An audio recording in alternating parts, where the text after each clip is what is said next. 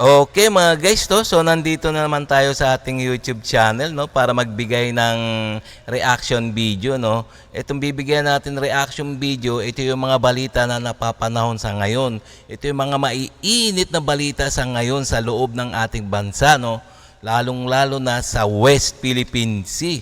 Ito yung pinakamainit na balita ngayon, no, ang tungkol sa West Philippine Sea. Kasi nga sinasakop na ng mga Chekwa ang ating teritoryo. So ito ang bibigyan natin ng komentaryo, suggestion, reaction. Okay? Kung bago ka pa lang dito guys, kung bago ka pa lang dito sa aking channel, please like and subscribe na lang muna bago tayo mag-umpisa. Okay? Ulitin ko like and subscribe lang muna. Okay, mga guys. So, itong bibigyan natin reaction. Ito yung galing kay Melbs Castle. So, please paki-subscribe din sa kanya, no? Kay Melbs Castle.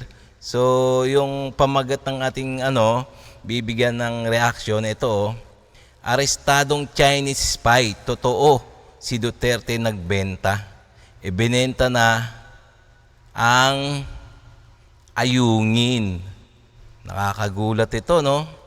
So, ito, no? So, ito ang pinakapamagat, no? Yung mga naarestong mga Chinese spy, tinuturo nila si Duterte talaga, no? Nagbenta. Ayun ang katanungan, nagbenta. Binenta daw ang ayungin sa mga Chekwa. So, okay, no? Alamin nga natin, bigyan natin reaction to, no? So, umpisa na natin. Nakakagulat ang balitang ito. Mukhang totoo ang sinasabi ng Chinese spy na naaresto noong nakaraan. Si dating Pangulong Duterte ang tunay na may kasalanan sa ayungin show. Nako, patay tayo niyan, digong. Ang inaakala nating may malasakit na Pangulo noon, tuta pala talaga ng China. Nako. Talagang mahirap tong paniwalaan. Pero ang mismong sekretary na kasi ni Duterte ang nagsalita. Ayon kay former Secretary and spokesperson Harry Roque, may gentleman's agreement si Duterte at si Xi Jinping na panatilihin ng status quo sa West Philippine Sea. Dito ay pinagbabawal raw ang pagbuo ng permanenteng struktura. Pero ba't ang China nagtatayo ng military base at artificial island sa West Philippine Sea? Kaya sila lang. Tapos tayo mga Pilipinong nagmamay-ari niyan bawal? Kasi ng gentleman's agreement, no? Ito'y oral sa panahon ni Presidente Duterte na ang parehong panig, ang China at Pilipina, ay rerespetuhin ang status quo. Ibig sabihin, kung ano yung naroroon na walang dagdag, walang bawas. Okay. Ayun, itong tagapagtunggol ni Duterte, no, si Harry Roque, no. Ganyan talaga trabaho ng mga abogado, no. Pagtatanggol nila yung kanilang kliyente. So sa abot kaya nila. So kung ewan na lang natin, no, yung kung ano yung mga sinasabi ni Attorney Roque na yan. Ewan natin nasa taong bayan na yan kung paniniwalaan siya, no. So diretso pa natin. At dahil dito sa agreement nito, sa tingin ko, nabawasan yung tensyon sa panig ng Pilipinas at ng China. Ipinipilit ng Chinese spy na si Duterte ang utak ng lahat. Pero patuloy na itinatanggi ni Spokesari Roque ang akusasyon. Wala raw kasunduan na aalisin ang BRP Sierra Madre sa Ayungin Shoal. Pero sino ba talaga ang nagsasabi at nagsisinungaling? Siyempre, no. Walang aamin, no. Hindi aamin niya na binenta nila o aalisin ng BRP Sierra Madre, no. Walang aamin niya, no. Siyempre, ano ba yan? Para naman niloloko nila yung mga Pilipino. Na kaya nila winater canon, kasi ang kasunduan ng status quo, hindi dapat magpapadala ng mga materyales for repair nung Sierra Madre. Okay. Nang matapos naman yung insidenteng yon, wala nang ganyang insidenteng nangyari. Wala pong naging kasunduan na tatanggalin ang Sierra Madre sa Ayungin. Ang kasunduan, papayagan nilang dalhan ng tubig at pagkain, hindi nila haharangin. Wala raw tayong karapatan sa Ayungin Shoal. Naku. Ayon yan kay Spokes Harry Roque. Naku. Dito'y pinapalabas na parang tayo pa ang may kasalanan ng lahat. Pero mukhang naibenta na talaga to sa mga Chinese. Parang Dinedepensahan lang ni Harry Roque Kaya si nga. Pangulong Duterte. Dito halata mo rin na tuta talaga to ng China. Mukhang binayaran para sabihin na walang karapatan ang Pilipinas sa West Philippine Sea. Isinisisi rin ito sa US, ba't may nangyayaring tensyon sa West Philippine Sea. Kasi pati naman yung Ayungin Shoal na yan, EEZ. Wala naman tayong soberenya sa EEZ. Sovereign rights lamang. Karapatan lamang na mangalap at syempre makinabang sa tanging yaman na makikita ron.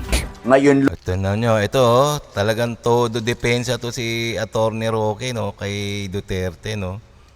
Na talagang pinagtatanggol niya talaga si Duterte, no. So wala daw tayong yung sa Ayungin, wala daw tayong karapatan, kundi wala, sovereign rights lang daw. Nako, kung ano ng mga sinasabi niya, no. Pero ewan natin kung maniwala ang mga tao. lumabas na kung sinong totoong may kasalanan ng lahat, si dating Pangulong Rodrigo Duterte. Kaya pala paulit-ulit ang Chinese Foreign Ministry, totoong may nangako talagang Pangulo na aalisin at itotow ang BRP Sierra Madre.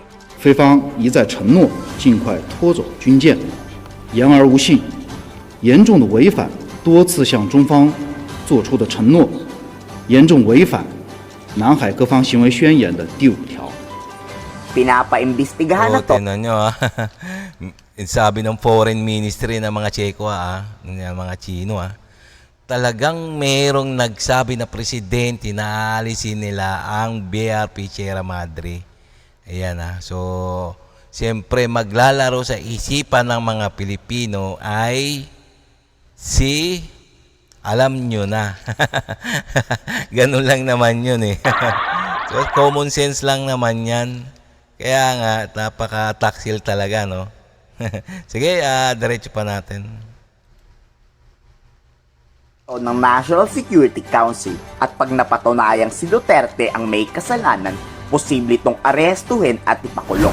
Pero kahit nga ipilit ng China na sa kanila ang Ayungin Shoal, wala rin namang kahit isang bansa ang naniniwala sa kanila. Statements of support for the Philippine position, but you do not hear any country expressing support for China. No, you do not hear any country expressing support for what they doing, the water cannoning of our troops, the injuries suffered by our servicemen, and you don't hear anyone coming to the defense of China saying that the 10-dash line is correct. So I think the support of the international community should send a signal to China that this is not the right path.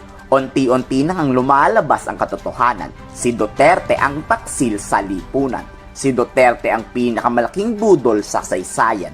Kayo, anong reaksyon nyo dito? I-komento sa baba ang inyong saloobin. Nakakagulat. Okay, no? So, hanggang dito na lang tayo. So, nakita nyo naman, no? At kung napanood nyo yung buong video, no, talagang ang tinuturo ng kasaysayan, ang tinuturo ng mga nangyayari ang dating Pangulong Duterte, no. So, ewan natin ayun ang komentaryo natin kumbaga reaction lang to So, kung kaya nga ito pwede rin kayo magbigay ng reaction diyan sa baba. Sa ganun, para malaman din ng mga saloobin ng taong bayan, no? So tungkol sa mga mainit na balita sa ngayon. So talagang ayon dito na si Atty. Roque talagang dumidepensa talaga kay Duterte. Todo depensa ba para hindi siya mahuli, para hindi mahuli si Duterte. At ito naman yung mga totoo naman na mismo nagsalita ang foreign ministry ng China, talagang mayroong presidente na paulit-ulit na sinabi na tatanggalin ang BRP Sierra Madre. At parang binenta na nga rin, parang ganon. Kaya ang agresibo ang mga Tseko sa West Philippine Sea, lalong-lalo na doon sa kinalalagyan ng BRP Sierra Madre, no. Kasi magandang pwesto yan kumbaga yung depensa. Kaya gusto nilang maalis ang BRP Sierra Madre, no. So okay, no, so hanggang dito na lang tayo mga guys, no. Kung nagustuhan nyo itong mga ganitong video, please subscribe and like ha. Okay, bago tayo matapos, ulitin ko ulit, like and subscribe lang para may kalat pa ni YouTube ang ating video sa mga marami pang tao. Okay?